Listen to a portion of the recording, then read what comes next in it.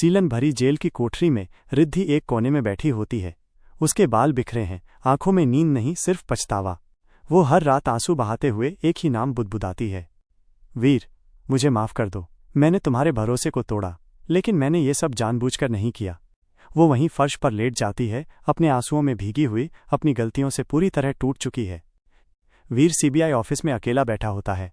सामने ढेर सारी फाइलें, लैपटॉप की स्क्रीन पर डेटा की लाइट चमक रही होती है। वीर की सोच, ये पूरा खेल कोई और खेल रहा है, रिद्धि को सिर्फ मोहरा बनाया गया। रात दर रात वीर सबूतों को जोड़ता है, bank transaction, mail logs, CCTV footage, सबकी गहराई से पड़ताल करता है। फिर एक रात एक पुरानी क्लिप में उसे एक चेहरा दिखता है, वास्तविक मास्टरमाइंड। सीबीआई की पूरी टीम तैयार होती है। वीर उन्हें ब्रीफ करता है, आज की रात सिर्फ एक गिरफ्तारी की नहीं, एक निर्दोष को इंसाफ दिलाने की रात है। रट के दौरान मास्टरमाइंड पकड़ा जाता है। उसके घर से नकली दस्तावेज, फर्जी ट्रांजैक्शन के रिकॉर्ड मिलते हैं।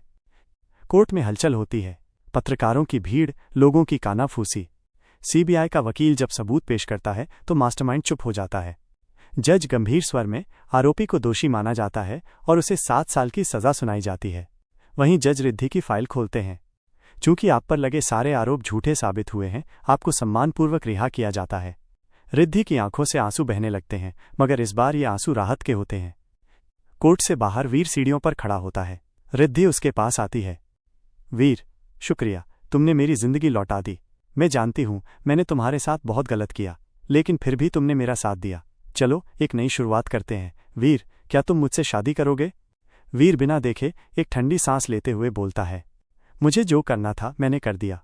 असली गुनहगार सामने आ गया और तुम जेल से बाहर। मैंने सिर्फ सच का साथ दिया और कुछ नहीं। और रही शादी की बात, मैं अब पहले जैसा नहीं रहा, जो तुम्हारी हर बात पर भरोसा कर लूं। रिद्धि थोड़ी गुस्से में मुस्कुराकर कहती है, ठीक है, मत करो, तुम्हारी मर्जी। लेकिन ये उसका अंत नहीं था। अगले कई दिन, हर बार जब रिद्धि को वीर कहीं भी दिखाई देता, कोर्ट के बाहर, ऑफिस के पास, पार्किंग में, वो उससे बात करने की कोशिश करती। रिद्धि, मुस्कुराकर, एक कॉफी पी लो ना, तुम हमेशा ऐसे गुस्से में क्यों रहते हो? वीर हर बार उसे अनदेखा करके चला जाता। अब रिद्धि के मन में आता है, ये ऐसे तो नहीं मानेगा। वो अपने परिवार के साथ एक योजना बनाती है। एक शानदार शादी की तैयारी शुरू होती है। सजी हुई मंडप, लाइट्स, सजावट, सब असली, बस दूल्हा नकली। एक कार्ड सीबीआई ऑफिस भेजा जाता है, वीर सिंह के नाम। Riddhi Arora weds someone. Location, green valley farm house. Veer office में कार्ड देखकर चौंक जाता है। उसकी आंखों में गुस्से और बेचैनी का तूफान आ जाता है। ये कैसे हो सकता है, मेरे होते हुए रिद्धि किसी और से शादी करे? वो उसी वक्त सीधा फार्म हाउस पहुंचता है। रिद्धि गहनों में सजी मंडप में बैठी होती है। जैसे ही वीर अंदर आता है, अब क्यों आए हो? तुम्हें तो मुझसे कोई मतलब ही नहीं था। हाँ, आए हो तो खाना खा के जाना। वीर उसकी ओर बढ़ते हुए गुस्से से कहता है, तुम मेरे होते हुए किसी और से शादी कैसे कर सकती हो? मुझे पता था तुम ऐसे तो नहीं मानोगे, इसलिए ये सब प्लान किया। वीर की आंखों से गुस्सा उतरता है और प्यार छलक आता है। वहीं पंडित कहता है, अगर असली वर वधू आ गए हैं तो फेरों में देर किस बात की? वही मंडप, वही सजावट, अब असली शादी होती है।